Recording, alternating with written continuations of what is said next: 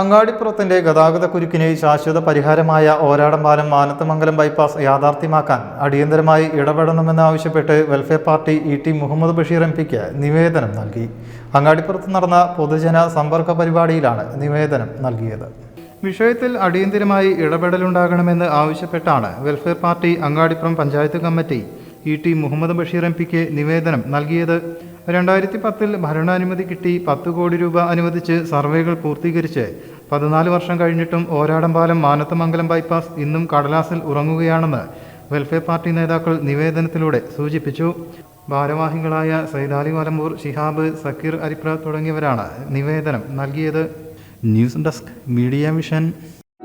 നമ്മുടെ കുബൂസ് അത് നമ്മുടെ ഗൾഫിൽ കിട്ടുണ്ടായിരുന്ന കുബൂസില്ലേ, നിനക്കിഷ്ടപ്പെട്ട ആ കുബൂസ്.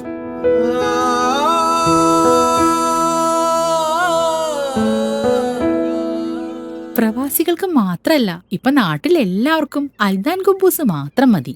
അൽദാൻ കുബൂസ് ഇപ്പൊ ന്യൂ ജനറേഷന്റെ ഇഷ്ട കുബുവല്ലേ. ഷുഗർ ഉണ്ടെങ്കിൽ ഗോതമ്പിന്റെ കുബൂസ് ആവാട്ടോ. മലയാളിയുടെ ഭക്ഷണ താല്പര്യങ്ങൾക്ക് ഇനി പുതിയ സ്വാദ്. അൽദാൻ ലെബനീസ് കുബൂസ്.